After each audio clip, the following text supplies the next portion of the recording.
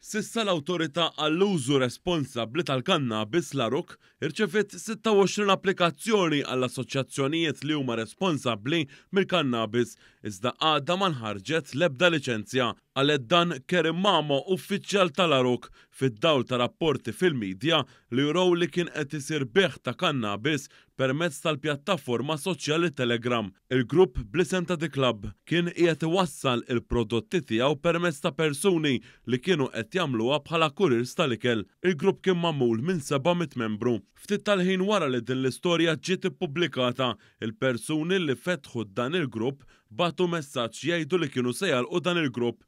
Fil-messaġġ tal-aħħar dawn spjegaw li kienu applikaw għal-liċenzja biex jiftħu assoċjazzjoni legali tal-kannabis u l-intenzjoni tagħhom kienet dejjem li jimxu mal-liġi.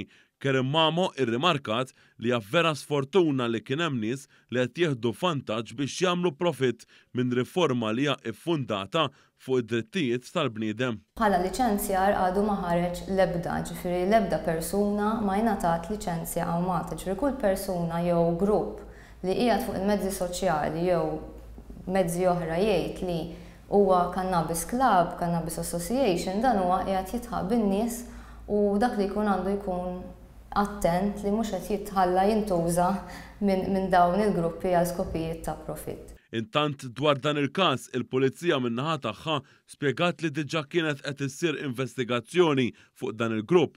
Kerim Mamo spjegat li l-persuni li se jkunu liċenzjati taħt sistema mill-iktar serja biex jipprovdu aċċess regolat b'ammont limitat ta' kannabis għall-użu personali l-membri tagħhom biss. Hija qalet li l-bidliet fil-liġi permettu użu responsabbli tal-kannabis fil-limiti li ma normalizzawx l-użu tal-kannabis u laqqas ma jinkoraġixxu lin-nies biex jibdew jikkonsmawha. Hija żiedet tgħid li l-irwol tal-awtorità mhux li tipprovdi l-użu tal-kannabis iżda li tipprovdi sors regolat bħala alternattiva għas-suq irregolari.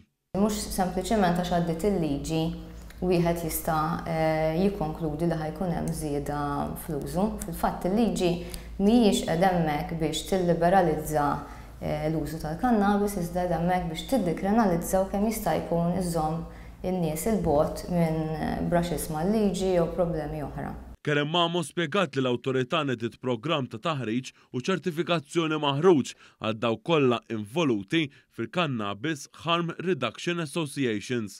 Il-ftuħ ta' dawn l-assoċjazzjonijiet se jiġi segwit mill-ftuħ ta' assoċjazzjonijiet u organizzazzjonijiet li se jkunu taħt skrutinju kontinwu. Il-proċess tal-applikazzjoni huwa wieħed mill-aktar rigorus. Tkellimna fuq Harm and Risk Reduction Approach u dan huwa l-ewwel darba li ħajkun adottat għal-kannabis. Interessanti wkoll semmejna li ħanamlu numru ta' training sessions għall-associations iżda anke l-awtorità ħatkun qed tagħmel outreach campaigns għal min juża l-kannabis u stakeholders oħra.